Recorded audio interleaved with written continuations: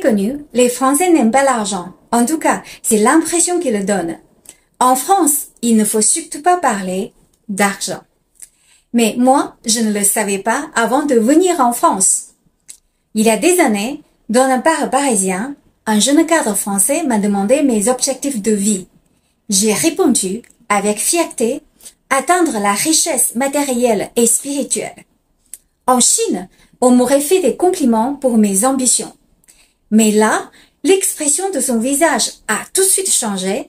Il avait l'air très choqué, presque méprisant. Mais comment peux-tu placer la richesse matérielle sur ta liste? En France, nous sommes des intellectuels, nous n'aimons pas l'argent. Sa remarque ressemblait à un reproche et sonnait comme une cloche dans ma tête. Son regard était tellement culpabilisant que j'avais presque envie de trouver un trou dans le sol pour me cacher dedans. Et oui, l'argent est sale, c'est un nid à microbes. Il a rendu de nombreuses personnes folles. Un peu plus tard, dans la même soirée, j'ai entendu ce même cadre dire à quelqu'un d'autre: « Je croise les doigts pour que ma demande de mutation aux États-Unis soit acceptée. Le salaire est bien meilleur qu'ici. » Ses yeux brillaient d'excitation et de bonheur. Mais, attends, le salaire est-il plus intellectuel que l'argent? Je ne comprenais plus rien. Les années ont passé, mais je me sens toujours un peu perplexe. Si les Français détestent vraiment l'argent, du fond du cœur, pourquoi organisent-ils régulièrement des manifestations et des grèves pour demander l'augmentation des salaires? D'ailleurs, à partir d'une hausse du prix des carburants, le mouvement des Gilets jaunes a duré des mois. Et pourquoi n'ai-je jamais entendu personne en France se plaindre d'être trop riche ou refuser la fortune gagnée au loto? Pour trouver la bonne réponse, j'ai passé du temps à chercher plus loin et j'ai fini par comprendre quelques nuances. Les Français n'aiment pas l'argent, c'est presque vrai, mais tout dépendra finalement de l'argent de qui. Si c'est l'argent de leurs voisins ou des autres, ils ne vont certainement pas l'aimer, mais si c'est leur propre argent, ils vont l'adorer et essayer de le garder le plus longtemps possible. Ainsi, au moment de payer l'addition, il arrive souvent que les Français calculent attentivement et rigoureusement entre amis ou proches qui doit payer combien en précisant jusqu'au centime, selon le plat choisi par chacun. En Chine, cela n'arrive jamais.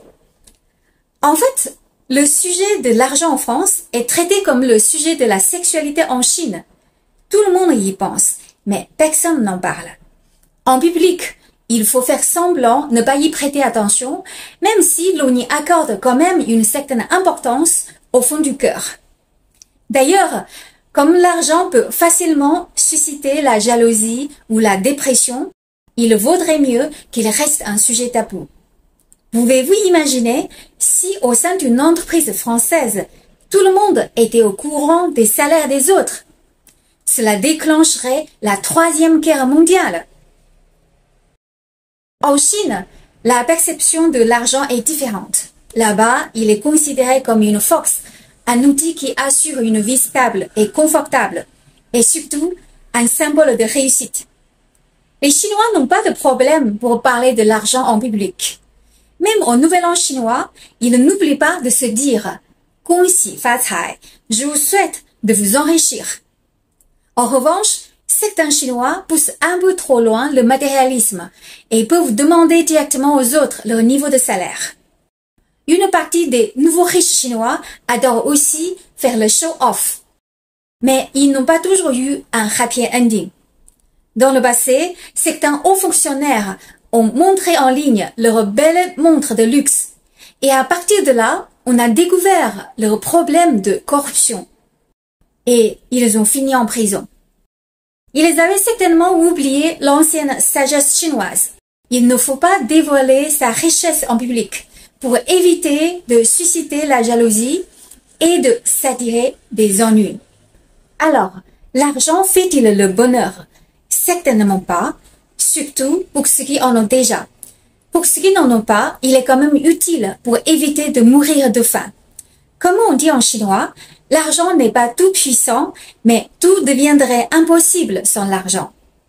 En tout cas, l'argent ne doit pas être considéré comme un critère de jugement de valeur, mais un moyen pour nous permettre de réaliser plus de choses intéressantes avec moins de contraintes financières. Et vous, qu'en pensez-vous?